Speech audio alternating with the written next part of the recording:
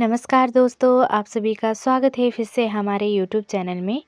आज भी मैं आपके लिए लेके आई हूँ बाबा नीम करोली महाराज जी की लीलाएं। तो चलते हैं कथा की लीलाओं की ओर। श्री माँ तथा अन्य भक्तों के साथ बाबा जी महाराज बद्रीनाथ से लौट रहे थे। पैदल यात्रा थी। जब जाशीमठ तक बाबा जी डांडी पर सवार थे। गिरीश जोशी पार्टी के खजांची थे।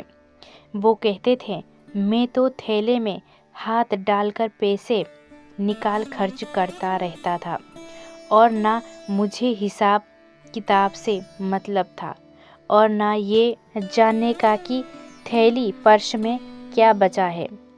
हेमकुंड के पास बाबा ने डांडी रुकवाई।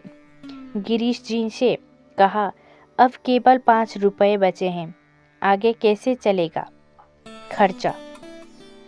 गिरीश जी ने थैले में देखा, बाइक केवल देखा, वाकई केवल एक 5 का नोट बचा हुआ था।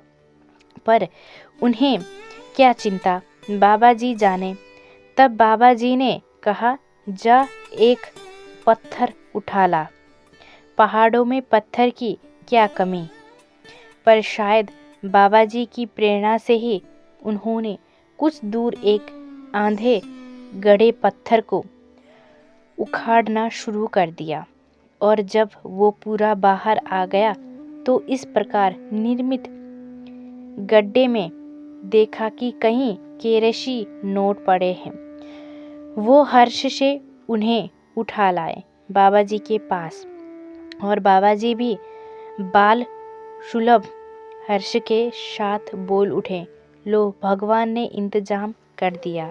ये थी उनकी एक अद्भुत लीलाएं। एक गरीब वृत्त वाले ब्राह्मण पाटकर जी बाबा जी के पास कैची धाम आए। गिड़गिड़ाकर प्रार्थना की कि मैं गरीब हूँ, कन्या का विवाह करना है, मुझे धन दो। बाबा जी तो सब कुछ जानते थे, पर साथ में उसकी सच्चाई। इसके पास कुछ भी नहीं है, फिर भी परीक्षा लेना चाहते थे। सो उन्होंने उससे कई बार पूछा, तेरे पास कुछ नहीं है? और वो एक ही उत्तर देता रहा, नहीं महाराज। तब बाबा ने पास खड़े व्यक्ति से कहा, इसकी जेब देखो। उसके छिपाने पर भी जेब से 350 रुपये निकल आए।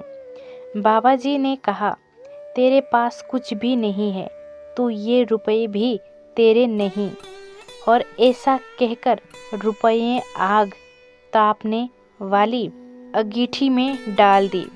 तब तो वो ब्राह्मण विलख उठा कि चौबे जी छब्बे बनने के निकले थे, डूबे भी ना रहे। जो था वही भी गया। पर दयालु में दयालु बाबा जी ने कहा, रो मत, तेरी लड़की की शादी हो जाएगी। और फिर चिमटे से आँख से उसके रुपए भी निकाल दिए और उसे और भी देकर विदा कर दिया। ये थी उनकी एक अद्भुत चमत्कारी लीलाएं। उनके सामने कोई भी झूठ नहीं बोल सकता, क्योंकि वो त्रिकालदर्शी बाबा हैं। उन्हें पता होता है हमारे जेब में कितने पैसे हैं, हमारे घर में कितने पैसे हैं, ये भी उन्हें पता चल जाता है। तो कोई भी उनसे झूठ नहीं बोल सकता। ये थी उनकी चमत्कारी लीलाएं।